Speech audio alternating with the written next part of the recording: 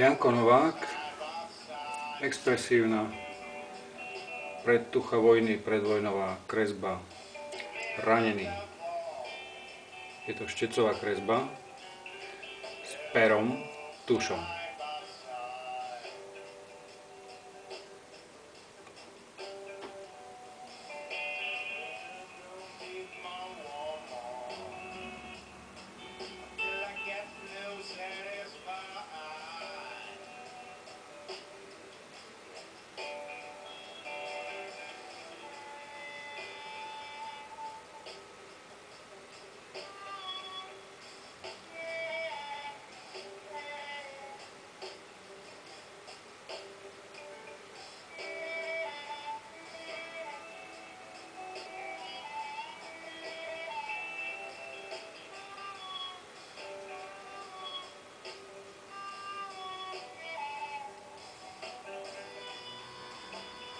Tie štece tu vychádzajú od takých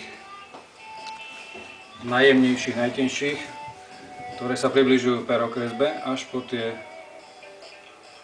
najzávažnejšie, teda s väčším prítlakom, väčším duktom.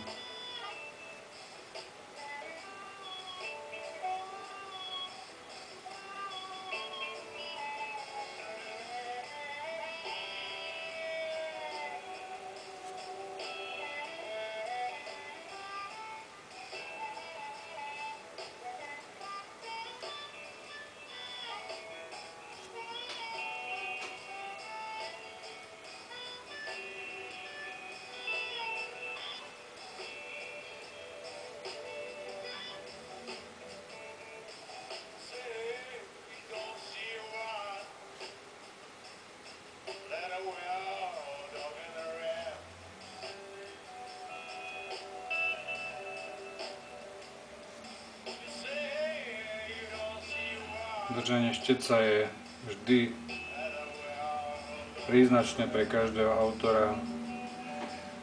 Pri tejto expresívnej kresbe je nutné držať štetec kolmo, pretože pri takomto spôsobe by nám ten štetec robil iba plochy.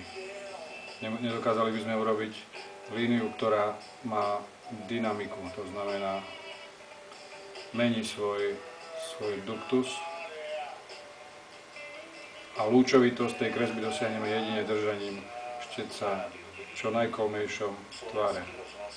Počúvali ste reláciu Solárium, ktorej dnešnou témou boli dejiny slovenskej literatúry. No a my ideme počúvať hudbu, pretože sa začína relácia Muzika na kámera. V nej si vypočujete kompozíciu In Darkness pre violoncello solo, ktorú napísal Alfred Fischer. V druhej časti budeme počúvať Sláčikové kvarteto číslo 1 Dignitas Homini súčasnej českej skladateľky Silvie Bodorovej.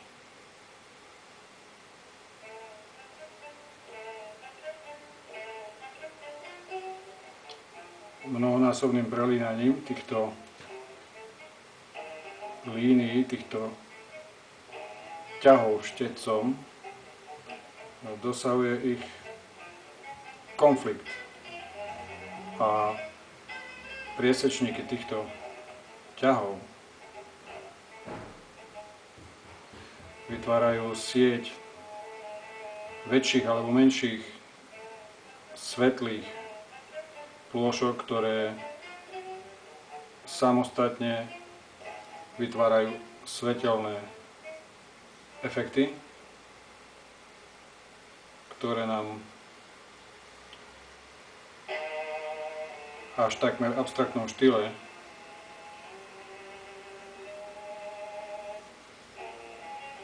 podávajú autorovú predstavu o svetle a tieni v kompozícii.